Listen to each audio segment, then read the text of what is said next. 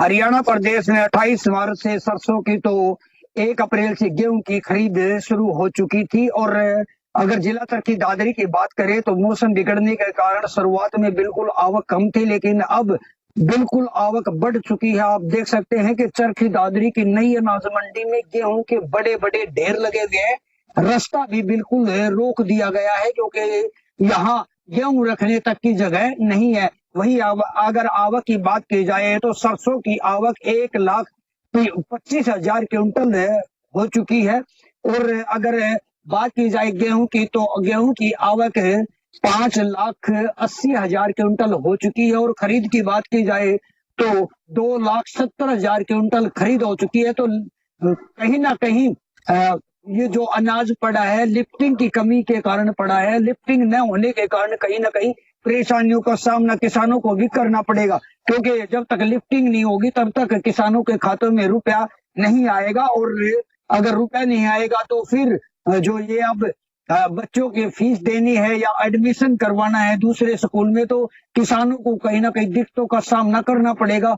और वही प्रशासन की ओर से भी निर्देश दिए गए ट्रांसपोर्टर को जल्दी लिफ्टिंग करवाई जाए, लेकिन ट्रांसपोर्टरों का कहना है कि जहां गोदाम पर गेहूं उतरता है वहां पर श्रमिक कम होने के कारण बहुत ज्यादा देर लगती है और गाड़ियों की लंबी लंबी लाइनें लग जाती हैं, जिसके कारण यहाँ लिफ्टिंग में देरी हो रही है। वहीं अगर प्रशासन की बात करें तो प्रशासन द्वारा कहा गया है कि बिल्कुल पुख्ता इंतजाम यहाँ कर लिए गए हैं, किसी भी किसान को कोई परेशानी नहीं होने दी जाएगी। चरखी दादरी से सुरेंद्र शर्मा, जी मीडिया। और इसी पर ज्यादा जानकारी के साथ हमारे संवाददाता हमारे साथ कनेक्ट कर रहे हैं। जयप्रकाश भाटी फरीदाबाद से हमारे साथ कनेक्ट कर रहे हैं, वहीं पर सुरेंद्र सिंह चरखी दादरी से हमारे साथ कनेक्ट कर रहे हैं, कमरजीत सिंह विर्क हमारे साथ करनाल से लाइव कनेक्ट कर रहे हैं और साथ ही साथ विपिन शर्मा हमारे साथ कैथल से लाइव कनेक्ट कर रहे हैं। सबसे पहले फरीदाबाद लेकर के चलते हैं जयप्रकाश भाटी के पास। जयप्रकाश, बात करें मंडियों की तो मंडियों में क्या कुछ व्यवस्थाएं हैं, क्योंकि लगातार किसानों की तरफ से भी आरोप लगाए जा रहे थे और साथ ही साथ आवक तो हो रही है लेकिन लिफ्टिंग का काम तेजी से नहीं चल रहा है, क्या कुछ हालात हैं?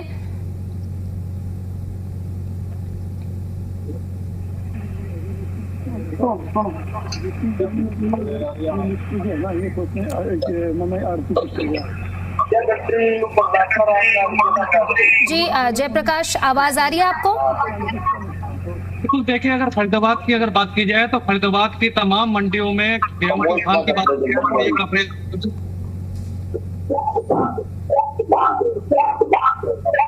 जी जयप्रकाश, अपने आप को एक बार अनम्यूट कीजिए, आपकी आवाज नहीं पहुंच रही। जी जी, अगर बात की जाए तो लगातार जिस तरीके से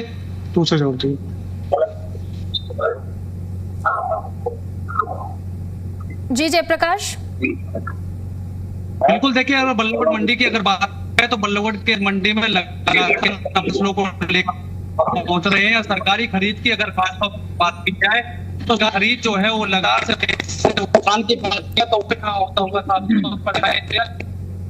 शुरुआती दिन की अगर बात की जाए तो जरूर बरसात की वजह से सरकारी खरीद में धीमे देखने को मिली थी, लेकिन फिलहाल की अगर बात की जाए तो सरकारी खरीद की जो गति है वो तेजी से दिखाई दे रही है। उठान भी तेजी से हो रहा है और हमारे साथ मार्केट कमेटी के तरफ से हमारे साथ दीपक हैं, उनसे बात कर लेते हैं। क्या कहना है, कितनी फसल अब तक मंडी में पहुंची? सर क्या नाम है, क्या डेजिग्नेशन? मेरा नाम दीपक दीक्षित है। सर अगर सरकारी खरीद की बात की जाए तो किसानों का गेहूं मंडी तक पहुंचा है, कितना उठान अभी तक हो चुका? लगभग 1,50,000 क्विंटल गेहूं, लगभग 45,000 क्विंटल गेहूं का सर देखा जा रहा है कि अलग अलग फरीदाबाद की और भी कई मंडियां हैं जिनमें किसानों की तरफ से आरोप ये भी लगाया जा रहा है कि किसान की जो फसल है उठाने में देरी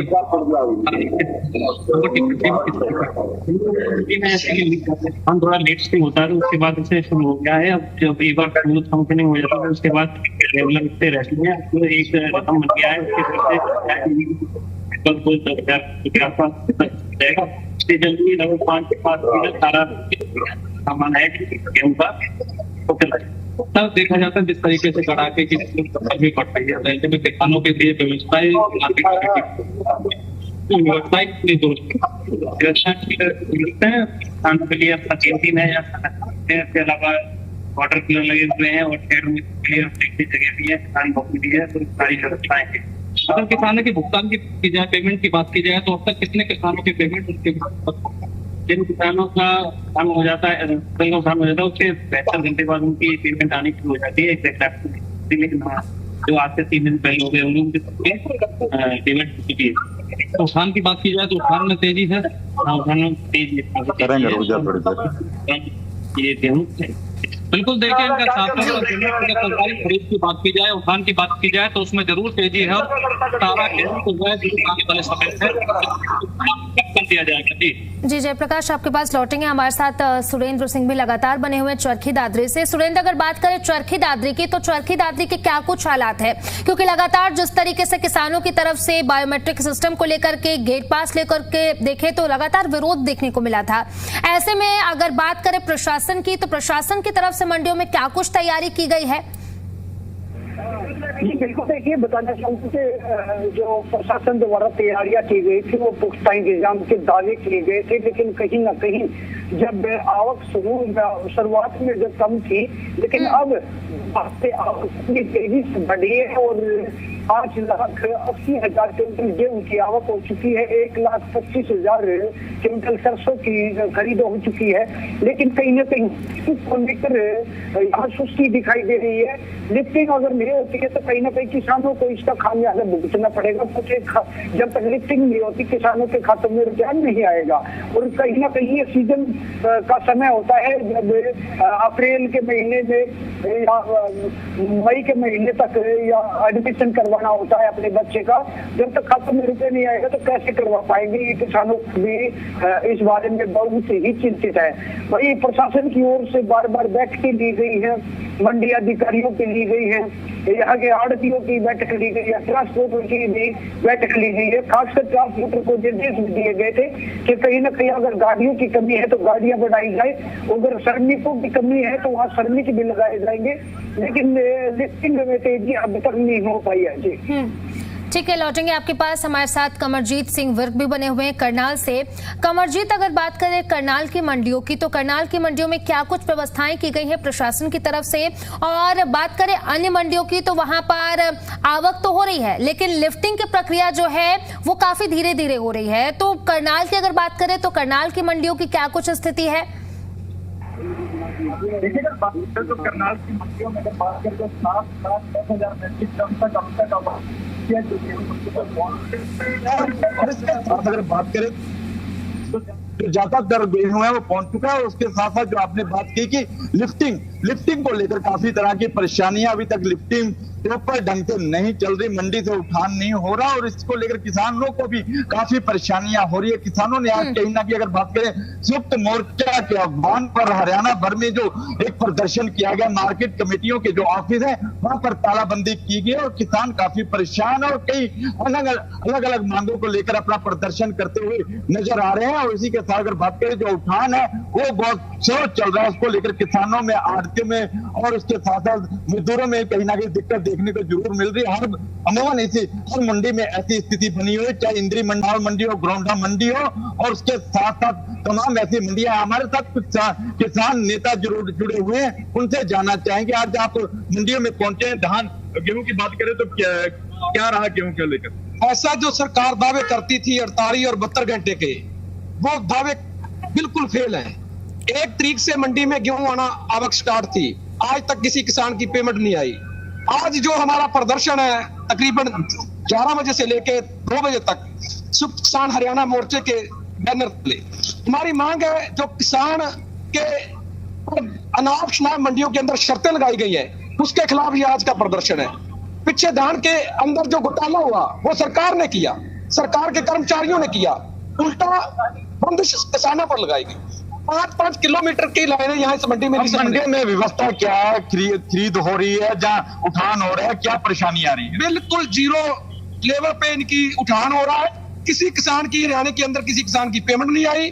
जो सरकार के दावे थे 48 और 72 घंटे के, वो बिल्कुल झूठे हैं। ये निसंग मंडी हरियाणा की दूसरे नंबर पर मंडी है और इसकी स्थिति इतनी माड़ी है कि अभी तक प्रॉपर तौर पर आड़तियों को तो बारदाना नहीं मिला और बड़े बड़े ढेर लगे हुए हैं किसानों के गेहूं के, तो कैसे तुलाई होगी, कैसे उनका माल जो है गोदामों में जाएगा, गोदामों के बाद इन्वर्ट होगा, फिर जाकर 72 घंटे में उनकी पेमेंट आएगी। एक तरीके से सरकार जो अब तक अपनी पीठ थपा रही है वो बिल्कुल धरातल पर जीरो।